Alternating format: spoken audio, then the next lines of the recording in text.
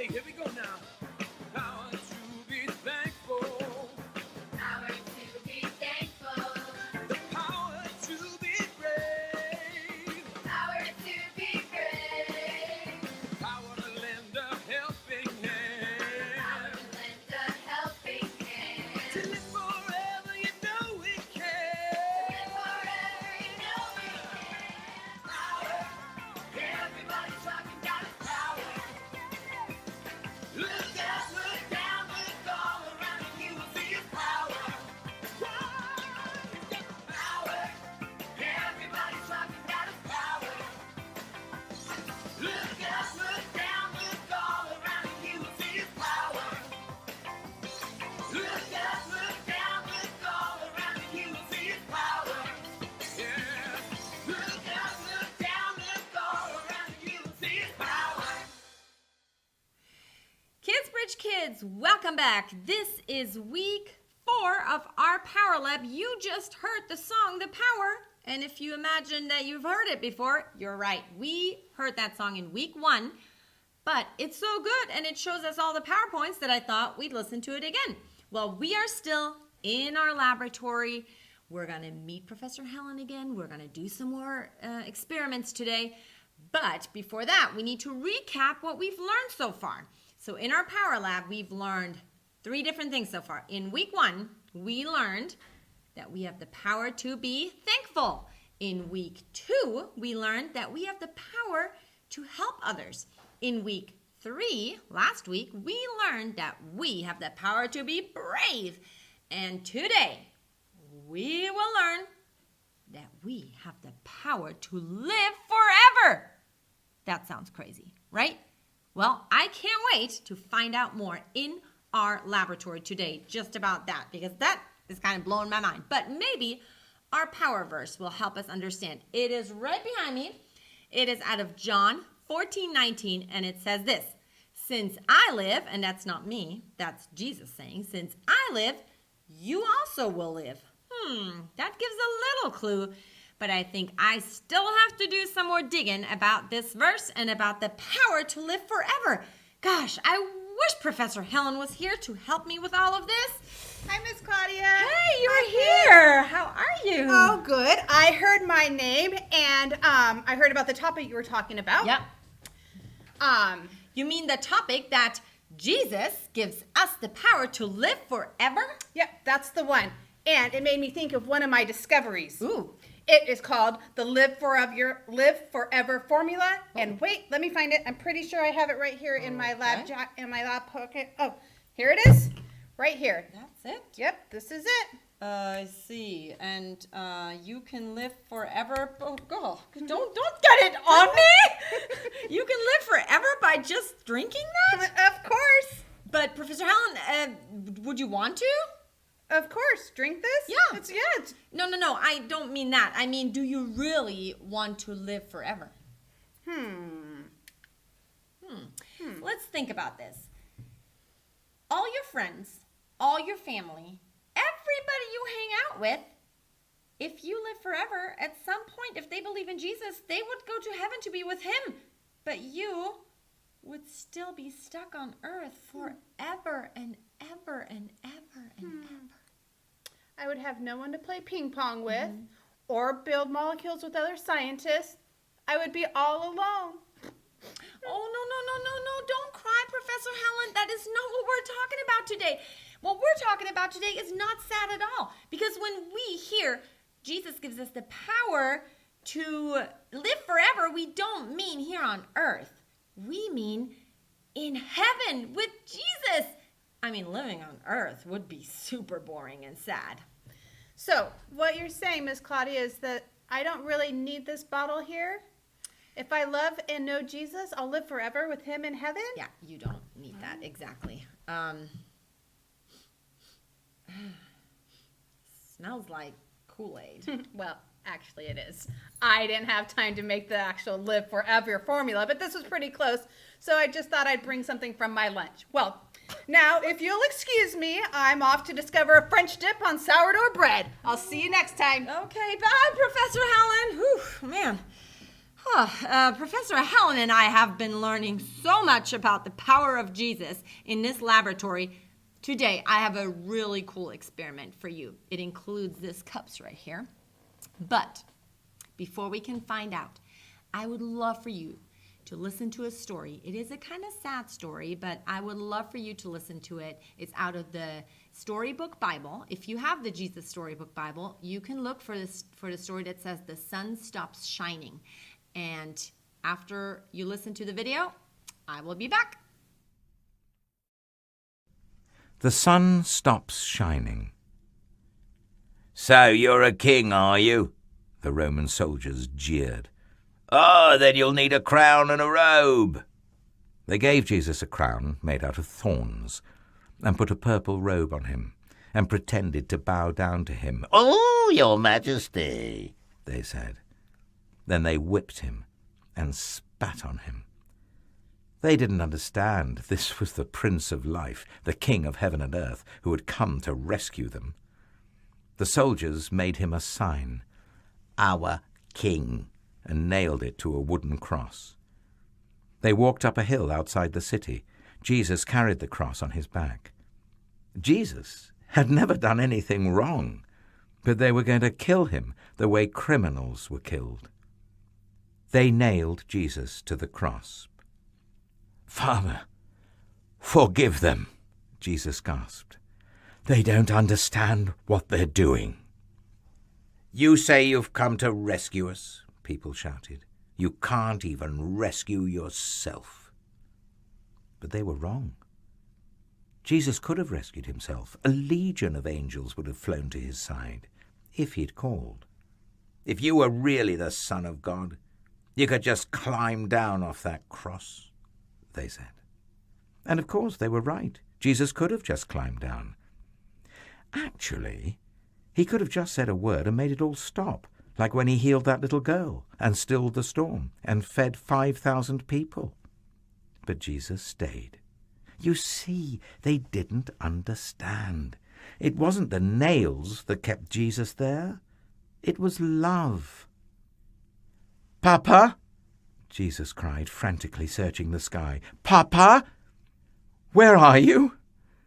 Don't leave me!" And for the first time, and the last, when he spoke, nothing happened. Just a horrible, endless silence.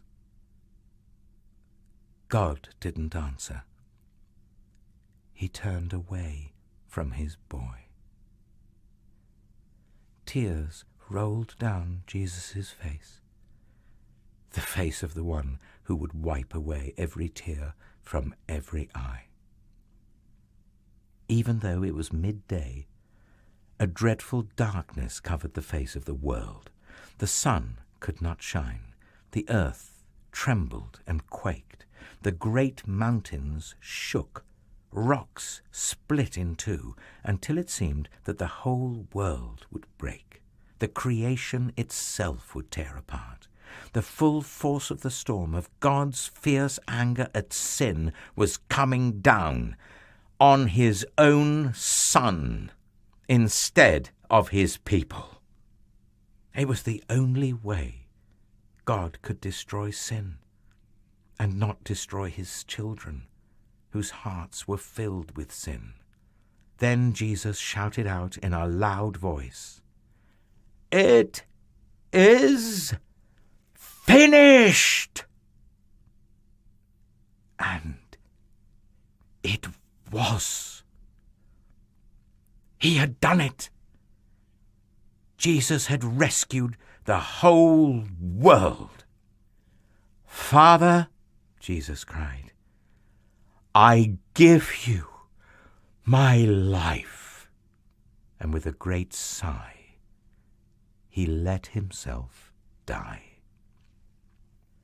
Strange clouds and shadows filled the sky, purple, orange, black, like a bruise.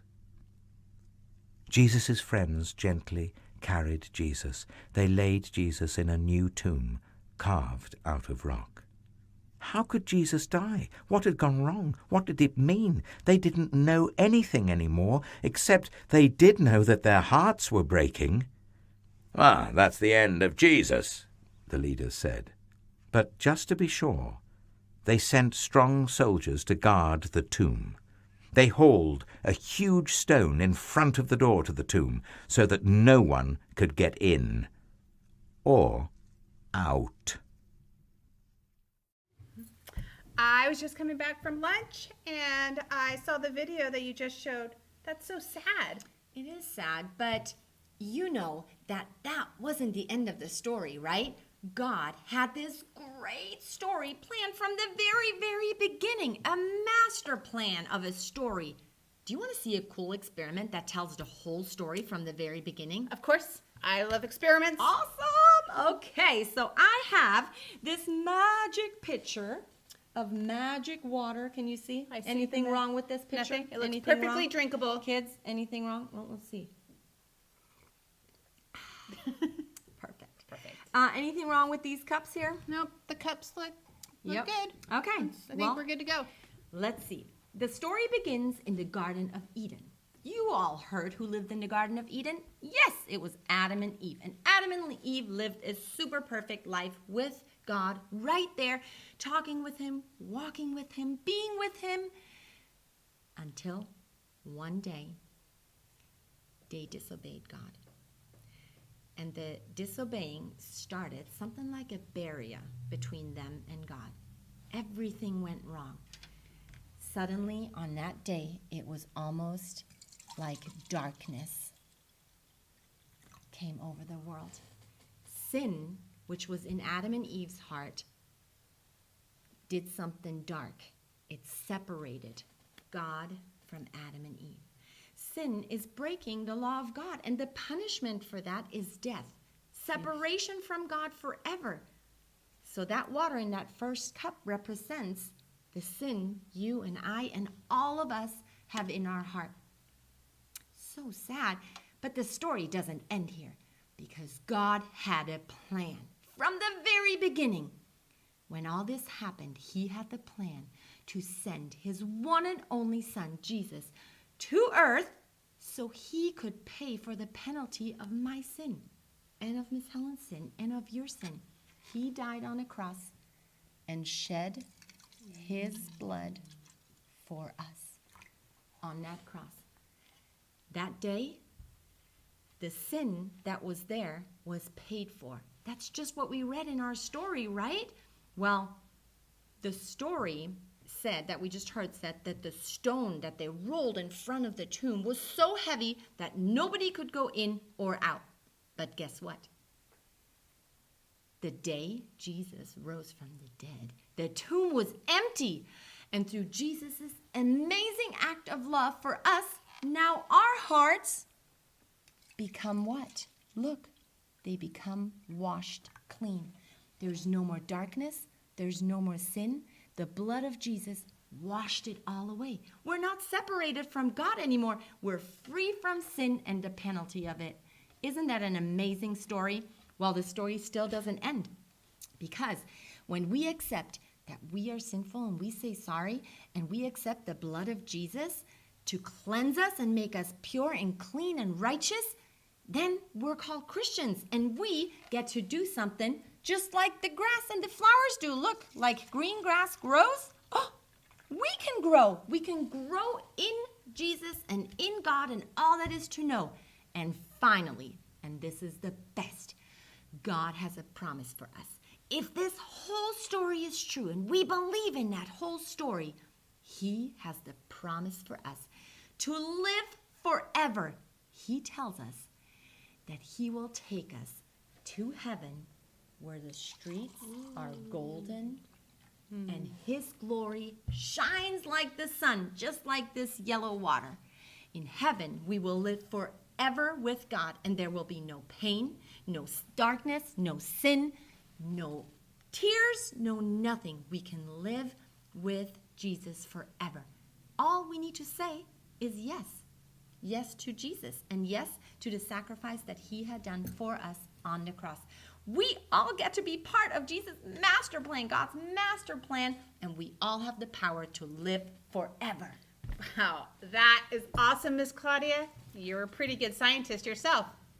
I have another experiment that will help show us about how separation works. I was reminded about it when you were talking about how sin separates us from God. Okay, cool. I can't wait to see. Should we put our glasses on? Well, safety first. Yeah. I don't want anything splashing in our eyes. Okay, here we go. All right, first I'm going to pour a little bit of milk on this plate. Okay, And then, milk. And then we're going to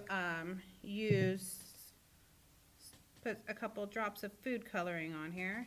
Okay, Say I am when. going to Is that good? film this later, kids, so you have a little more maybe. Get the, yeah. Okay, so there we we have go. milk. Got the milk, and now we're gonna put some different food colorings. So Okay, I you have do some. yours. I have some yellow. Got some purple. Oops. Oh, my purple one is all gone. My kids must have used it. Those kids. They like food coloring. Maybe some in the middle there. Yeah, love it. Okay. Okay. Then Okay, are you ready? Because I want to record this for the kids to see. While you do it, we're going to put this on the big screen. Okay, here's the perfect. milk, and Okay. here is the food coloring. Yep, so we've got the milk,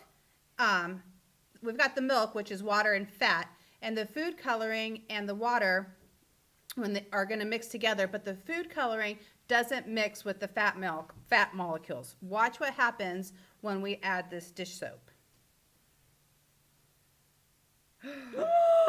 That is super Whoa! super cool. That is crazy, Professor Helen. Definitely. So when we add the dish soap, the soap breaks down the fat molecules and how they interact and mix with the colored water. Romans 3:23 says that for everyone has sinned and fall short of the glory of God. So just like the water and the fat couldn't mix together, we can't be close to God because of our sin. But Jesus is like the soap. His death broke up our sin so that we could be close to Jesus. Wow, that was awesome. You blew my mind there. Well, That's really cool. don't forget to check Facebook because we have some really cool stuff there. What do we have? Well, we've got an easy snack at home for you to do. And if Yep. you don't have all the ingredients, you can always work with what you have. So no pressure. We also have a coloring sheet. Yep. And don't forget, Jesus gives us the power to live forever. Bye. Bye.